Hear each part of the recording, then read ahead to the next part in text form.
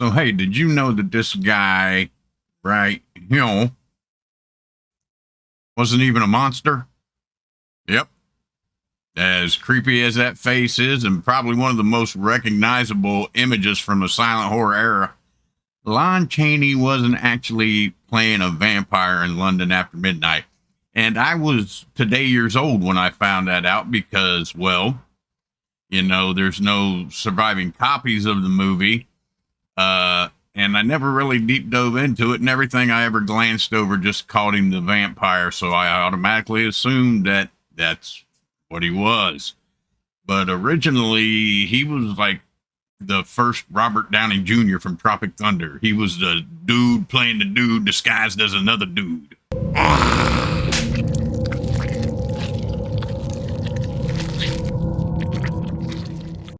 Okay, so the movie was released in 1927, directed by Todd Browning, with Chaney playing Professor Edward Burke, a Scotland Yard detective.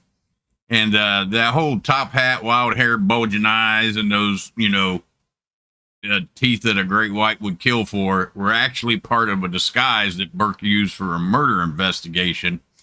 And what he was really doing was psychological warfare, trying to scare the real murderer into confessing and confessing his crime. So no vampire, no supernatural monster, just Lon Chaney once again figuring out a way to scare the hell out of everybody with makeup. So, like I said, because it was lost in an MGM vault fire in 1965, I've never seen it.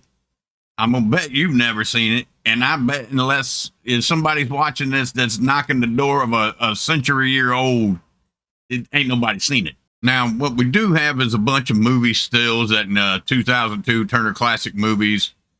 A guy named Rick Smedlin, he took more than 200 of them, and he arranged them like chronologically, how the movie was supposed to go, did some film zooming and stuff like that, and basically tried to recreate the story as closely as it could. And if you're a real horror aficionado, then and the story may sound a little familiar, that's because Todd Browning, the guy that directed it, revisited the story in 1935 with Bela Lugosi in Mark of the Vampire.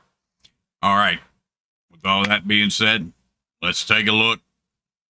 Now, it was originally produced by Resin from the Crypt, and it was sculpted by Rod Price, but today the molds are owned by Jeremy MONZ of MONZ Designs, which I am grateful for because that means I could still, get this kit, and you can too, at a reasonably fair price. Instead of, I hate to say it, some collector, charging you $1,000 for some out of production kit, because I always liked this character ever since I first saw it. And we'll go over the pieces here. There's more pieces to it than this. I was just showing you this is about as close as build up you're going to get. It's even taller than this, and it has other things that you will see. Okay, so just a quick rundown of what the kit includes before we, actually look at it close with the zoom. We got your stair step base, your backdrop, your door panel there, archway over the door panel. So it even got something that goes on top of that. Got your torso with the head sculpted on and coat, legs. Got a lamp with the sconce. Got a couple of rats because every good classic horror model has to have a couple rats in it. Got your hands, your top hat, and stair step railing for the porch there. So lots of pieces to work with. All right, so first thing we'll check out is, the vampire, air quotes. I think it is a beautiful likeness. If you remember our picture from the beginning, his tongue, it's even like that. If you look in some of the stills online and see his tongue is pressed out like that.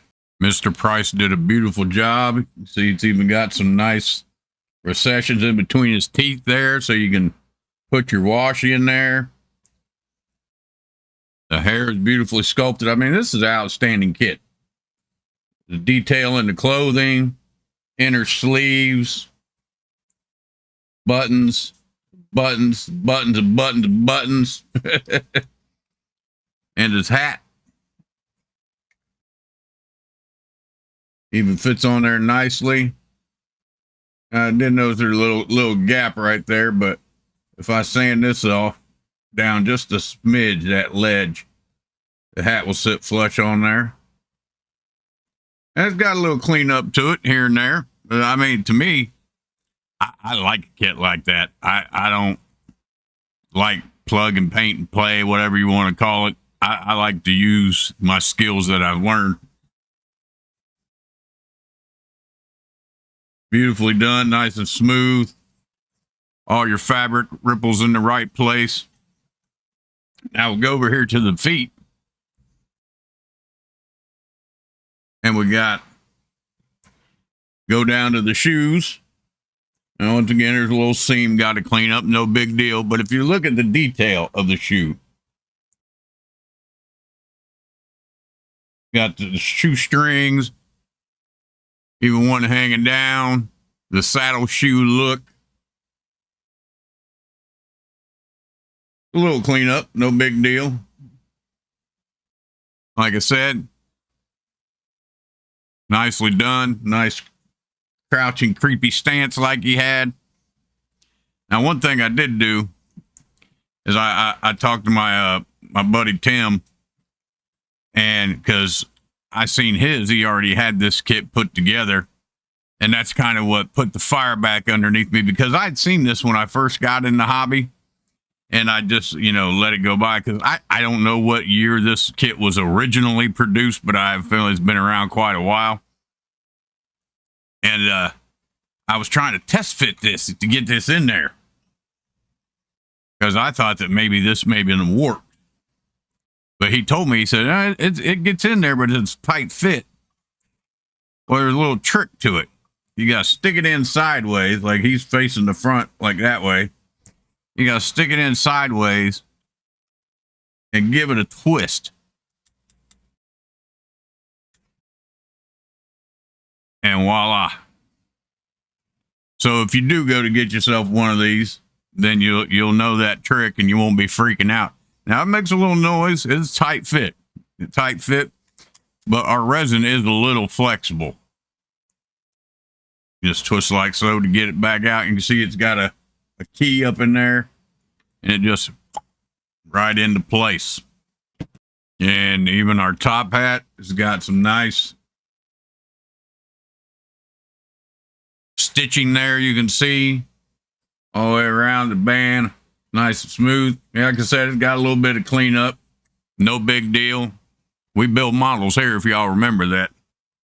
Next, we got our base here. We got sewer grate. It's nice and textured. It's got bricks on the wall and on the street. And I've never done a model yet with bricks.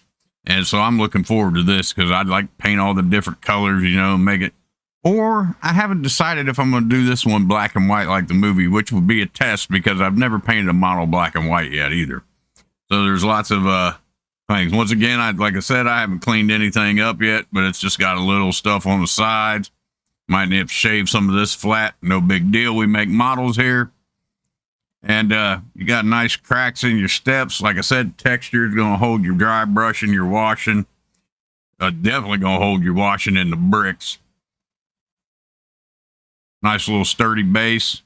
I'll probably stick it on top of a piece of, you know, wood like you can get at Michael's or something. You can get them little pre-made base kind of wooden things.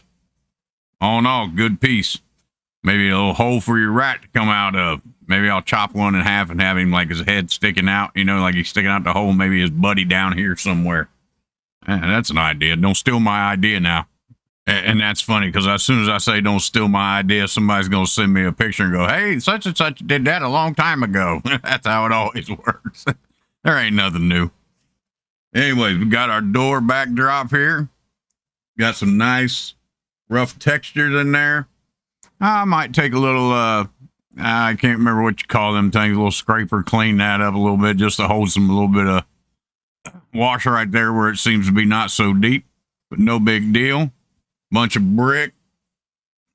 good texture. Looks like an old beat up London town, you know, in the, I can't remember what they call the ghetto in London. But anyways, back in the day, this part sits on our base, goes up. Our next parts are over here, our top arch. And as you can see, nice textured stonework. And this is supposed to be like the London skyline behind it. Looks like, you know, a bunch of other chimneys from what you can see. So I'd probably just paint this like, you know, flat black, or maybe make some of them lighter and the ones in the back darker to try to give you like a depth perception kind of look to it. All in all, beautifully done. Oh, when we was talking about the body, I forgot to take a look at the hands. How come you didn't say something? Beautifully done by Mr. Price. You can see the fingernails, the veins. You know, a little bit of flashing in there, clean up, no big deal. A little pothole, put a little putty in that, no problem. Beautifully done. Same on this hand. Got the veins popping out. Beautifully done altogether. Let's hop over here to our rats real quick. Just typical rats. They got a bit of flashing coming off of them, but that's all good. It looks like you got two tails. Nice texture. Will catch your dry brushing. Little beady eyes. I don't know if you can see it. Nice mouth there. And I'm sure he's just a spitting image of his brother. His tail's a little different, but these are actually, you know, they're not fat. These are some scrawny, malnourished rats. That's a rat. And this one here got his mouth a little more open. I like that. I like that. We'll go over here to our sconce, our light clear resin. But if you look at it, it's beautifully sculpted. Now, it's not missing something right there. That's where your sconce goes underneath it. Now, I could either try drilling a hole in this and putting a light in it if I wanted to light it, make it glow, maybe frost it a little, and then, you know, paint your iron. Or I just may give my my friend Matthew Lawrence there, Starlighting Projects, a message, and I'm sure he's got something probably already lined up for this. Matter of fact, I know he does because, well, my buddy Tim got one from him. So, and lastly, our railing. Now, I would have to say that if I was disappointed in one piece, you know, out of the whole thing, it would be this piece. It's just because it seems to be, now you can see that they put metal, he put metal inside of it. And I believe there's so you can see metal through this one as well to keep them nice and straight. But it seems like the middle one didn't get any metal in it, maybe, because it's just a bit out of whack. Now, this is not a hard fix. I can either heat this up and try to straighten it with some hot water, blow dryer, or whatever. Or if that doesn't work, I can easily get a piece of dowel rod, like wood, and just cut that out and replace it. And that's just saying, you know, if I had to be disappointed in a piece, it would be this piece. And, you know, to me, this is the money right here. You know, this is the money of the whole thing. All that's just trimmings. And, yeah, once again, a beautifully sculpted kit.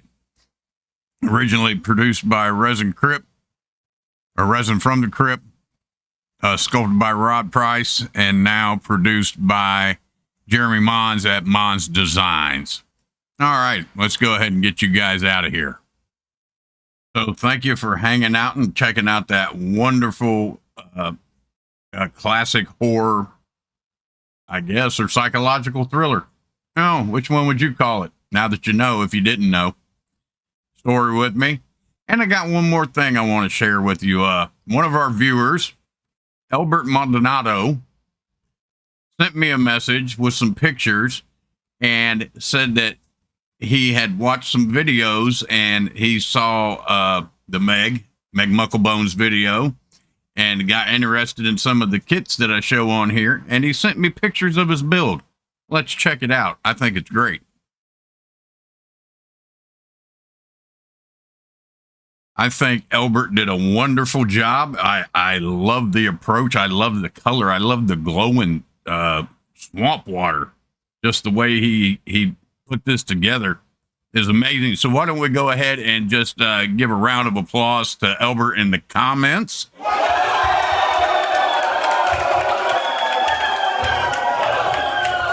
Excellent job. All right, so if you hung around this long, then I imagine you're my kind of people. Why don't you go ahead and hit that like and subscribe button? That is a great way to help the channel grow. Maybe you stumbled across this and stuck around this long just off chance, but it's not your thing. Hey, share it. Share the channel. It's another great way to help us grow. Anybody that likes any kind of model building, I do all different kinds of stuff on here. If you're looking for a way to help support the channel even further, I do have memberships unlocked at the $3 and $4 level. $3 Bog Dweller, you get membership polls, special emojis, and loyalty badges. And the Skunk Ape, the $4 tier, gets all that, plus gets a special shout out on the next video after you join, and also gets access, early access to upcoming videos.